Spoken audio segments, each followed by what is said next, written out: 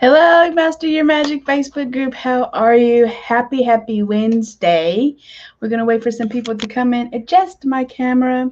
So glad you can join me live on Wednesday for Witchy Wisdom Wednesday, where I go live in the group and we talk about a little mini training on things that are coming up for you in your craft. Let's wait for some people to come in. I'm using a new platform, so I am streaming on all of my social media platforms at one time. So hopefully we are doing this right. Let me make sure that I am in the right place and doing what we're supposed to be doing. And go grab yourself. Yep, we're live on my YouTube channel. Awesome. So go grab yourself some coffee, a piece of paper to take notes, because we're going to go through this really lots of stuff that we're going to talk about today. Let me make sure that we are live in my groups. So, yep, we are live in that group, and we should be live on my actual business Facebook page. So I think we are live all over the place. So, hell yeah for me. Doing technology. Everybody knows I suck at it.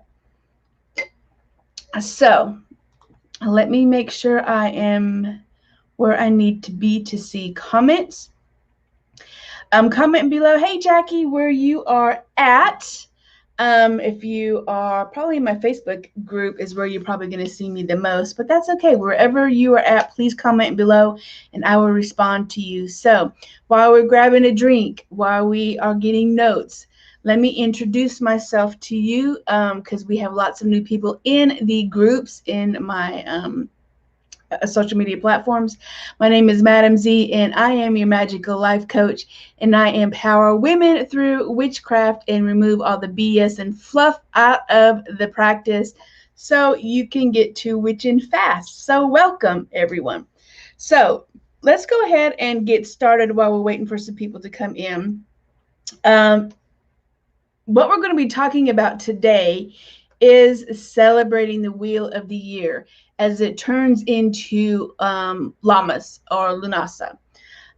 So it's not my favorite Sabbath, but you still have to know the wheel of the year and how your body is in tune with the cycles.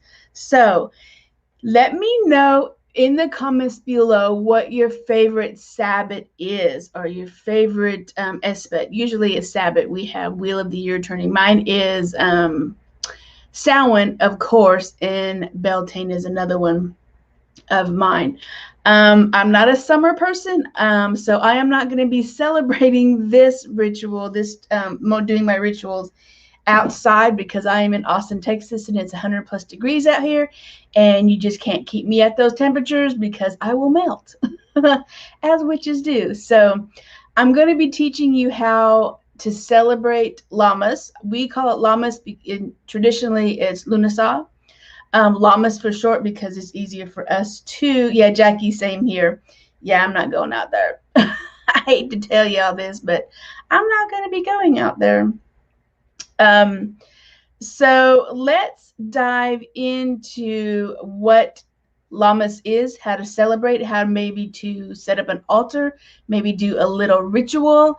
And you'll find out that if you work with me, I teach witchcraft very simply. Everything doesn't have to be high magic. It doesn't have to be so involved. You can make it simple but powerful. And that's what we actually need nowadays, is so we can get to witching fast.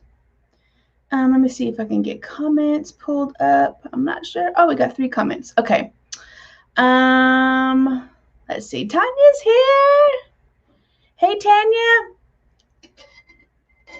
Happy birthday, by the way, my witchy sister. How are you? Hope you're celebrating your birthday. Hope you had a good birthday.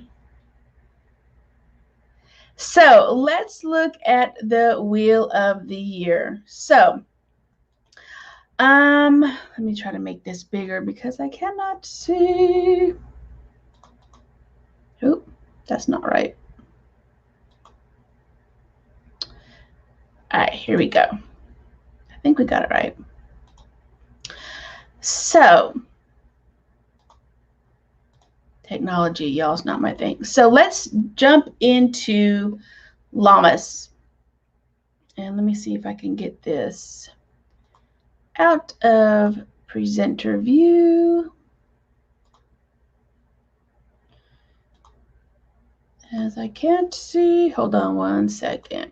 There we go. Now I think we're doing it. So Lunace or Lammas or Lunasa, you will hear me say Lammas. It's the final of the primary festivals of the ancient Celtic calendar. I'm a Celtic eclectic witch. I started off as Christian, but I changed. I left that a long time ago, and I followed the Celtic path because that is what I was most drawn to. So this is the final celebration of the Celtic calendar. Lammas is in August, usually August 1st, around, the 1st or 2nd of August. And this is when the summer is like, you're in the height of the summer. You're hella hot. It's hot outside. All of your plants, your vegetables, your gardens are producing. You're going to be harvesting some things.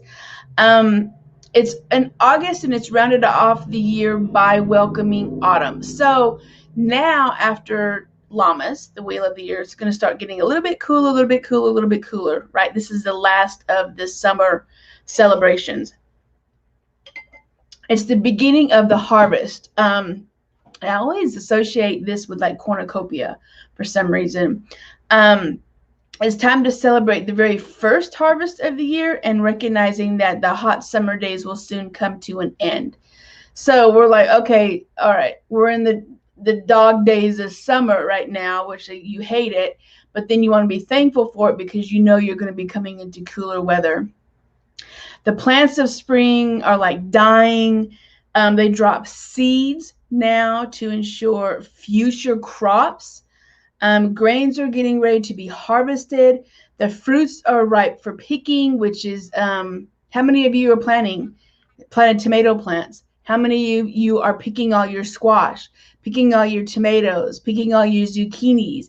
I picked a couple of tomatoes that are just finally turned red.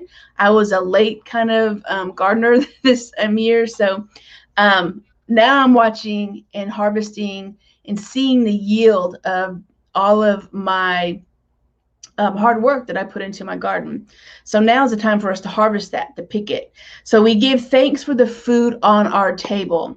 So Lammas means the funeral games of Lu, which is Lugh, pronounced Lu, referring to the sun god Lu. However, the funeral is not his own, but the funeral comes as he hosts in honor of foster mother Tailed.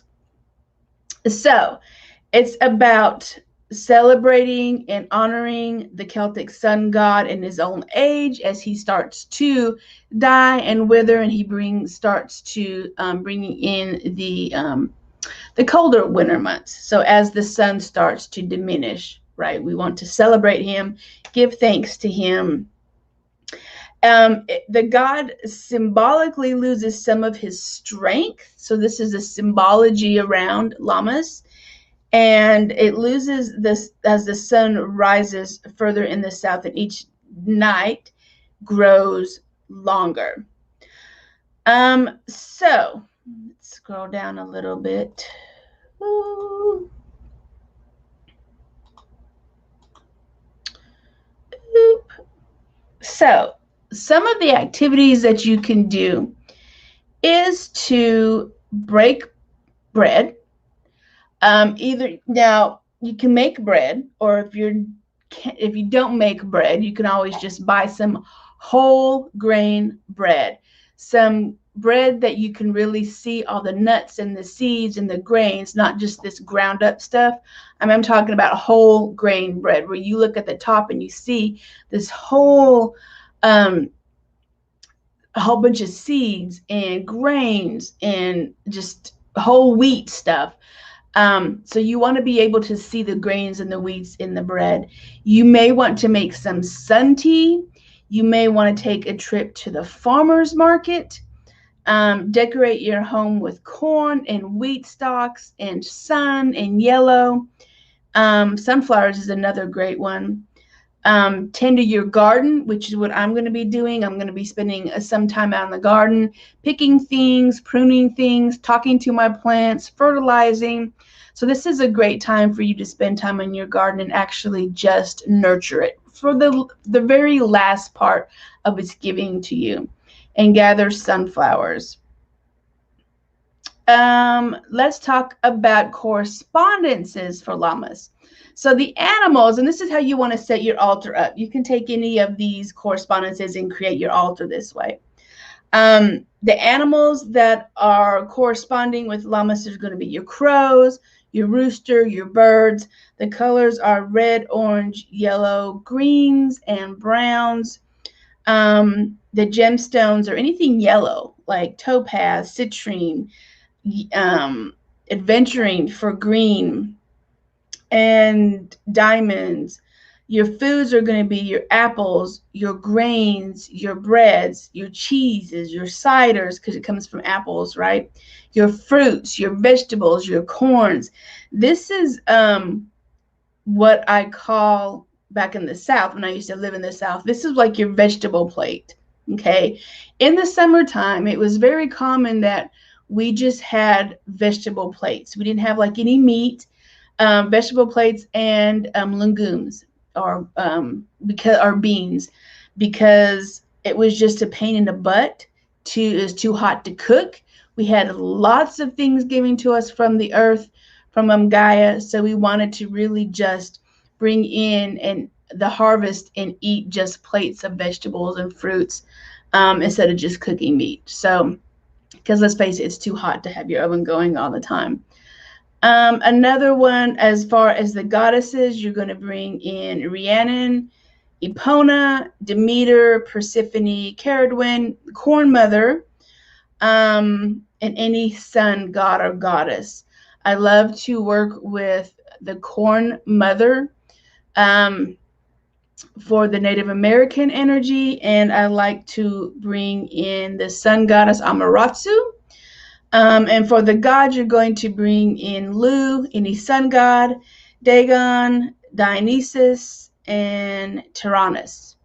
The herbs are going to be mint, basil, mugwort, apple leaves, heliotrope, and clover. And I mean, you could just sit in the altar, light a candle with any of these colors, drink some mint tea or some mugwort tea or basil tea, and that's your ritual. It doesn't have to be massive high magic. That could just be you meditating with a great cup of mint tea, lighting a candle, holding your citrine gemstone, and that's your ritual. That's it.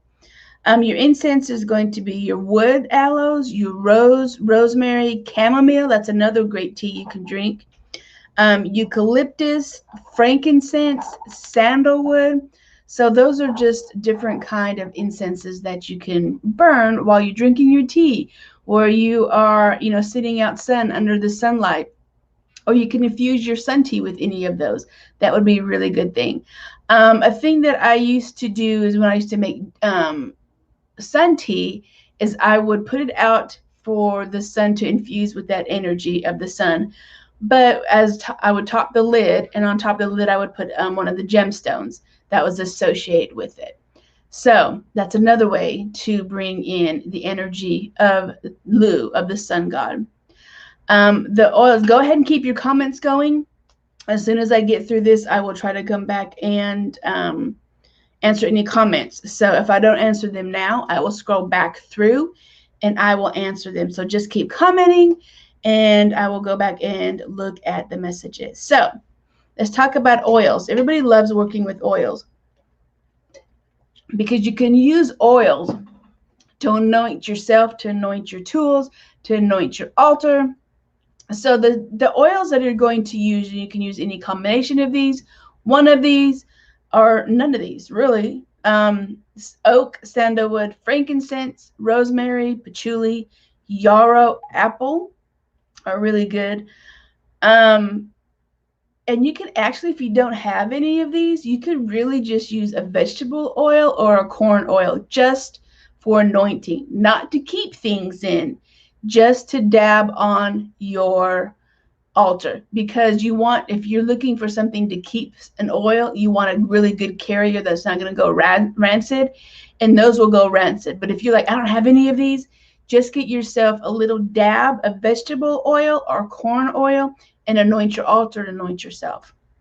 So let's talk about spells. So during Lammas, the spells that you really want to concentrate on are spells that have to do with reaping what you sow, or harvesting for the hard work. We talked about garden. It could be, harvesting. Maybe you finally got that job promotion that you worked really hard at. Maybe it was manifesting that career change that you got. It's about abundance.